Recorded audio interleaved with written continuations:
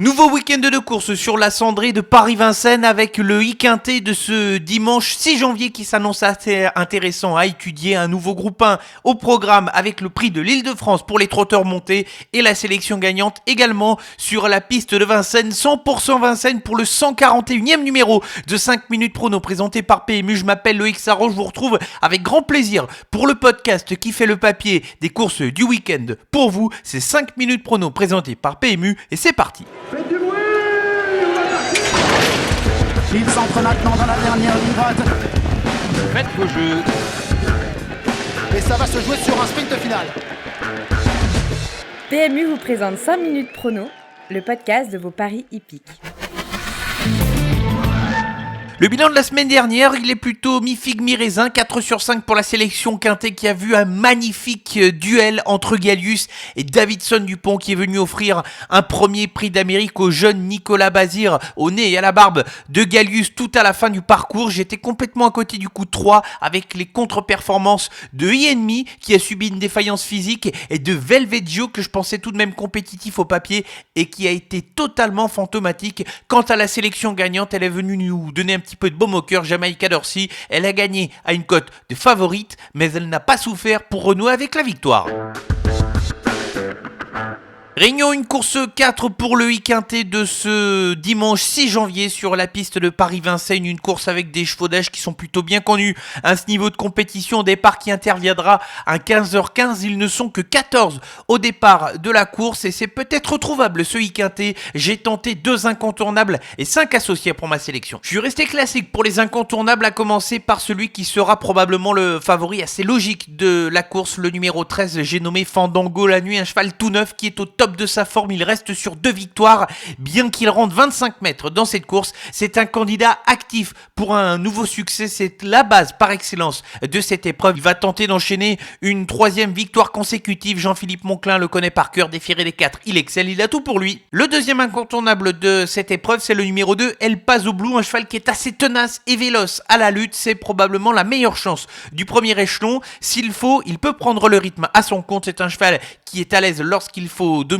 Maintenant, il faudra voir si Fandango la nuit est drivé de façon offensive. Maintenant, au premier échelon, il faut compter avec lui, avec l'homme en forme François Lagadec. Attention à lui. Les 5 associés dans l'ordre de mes préférences, on entame tout de suite cette rubrique avec le 14. Il s'agit de Doux Parfum. Il s'entend très bien avec son driver Eric Raffin et il mérite d'être racheté de ses dernières performances. Il avait fourni de très bonnes valeurs au cours de la première moitié du meeting. Il lui suffirait de répéter sa 4e place qui a été prise dans la finale du Grand National du Trot pour être à l'arrivée d'un lot de ce genre. Le 10, c'est Freeman, c'est un cheval de classe qui peut parfois se montrer insaisissable. Lui aussi a couru dans des lots un peu plus relevés. Maintenant, on le connaît un peu, il est capable d'avoir des jours avec et des jours sans faute de sa part. Il peut disputer un bon classement.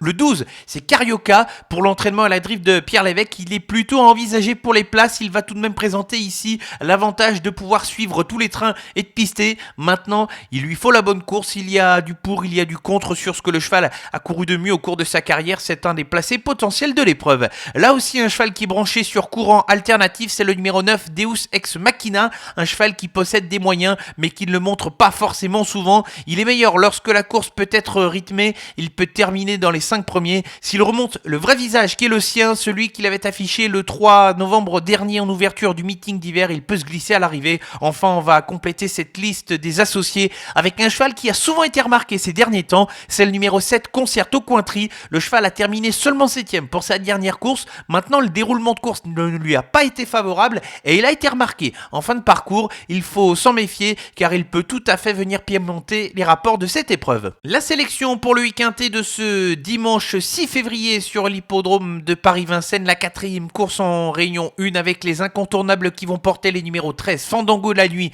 et le numéro 2, El Paso Blue et les associés dans l'ordre de mes préférences avec le 14, Doux Parfum, le 10, Freeman, le 12, Carioca, le numéro 9, Deus Ex Machina et le 7, Concerto Cointry.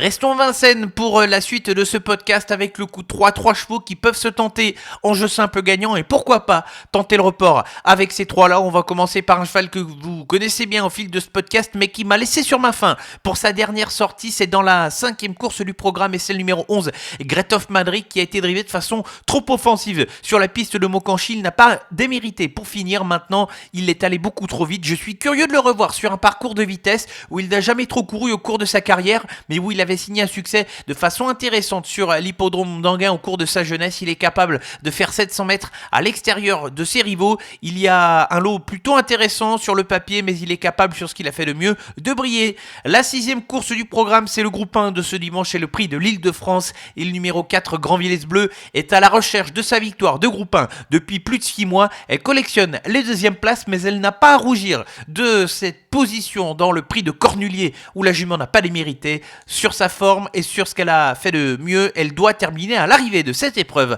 Enfin, dans la 8e épreuve du programme, le numéro 3, Ingenita Prima, n'est pas passé loin de la victoire pour sa dernière sortie en étant dominée seulement aux abords du poteau. Elle retrouve une grande majorité de ses adversaires de sa dernière course. Le numéro est plutôt favorable derrière la voiture pour cette course qui sera disputée sur 2100 mètres autostart. Elle est associée à un homme qui est adroit, Benjamin Rochard. Il faut la suivre de nouveau dans cette course.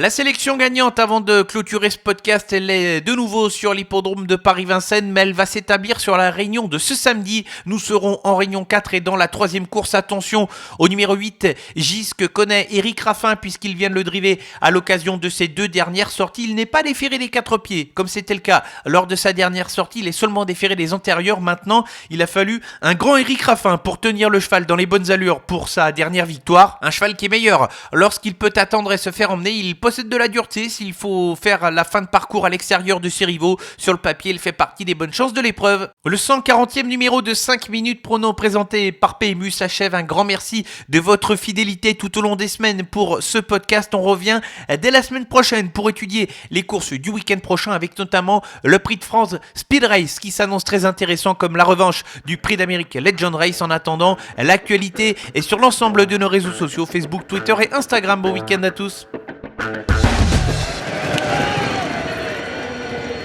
Jouer comporte des risques. Appelez le 09 74 75 13 13. Appel non surtaxé.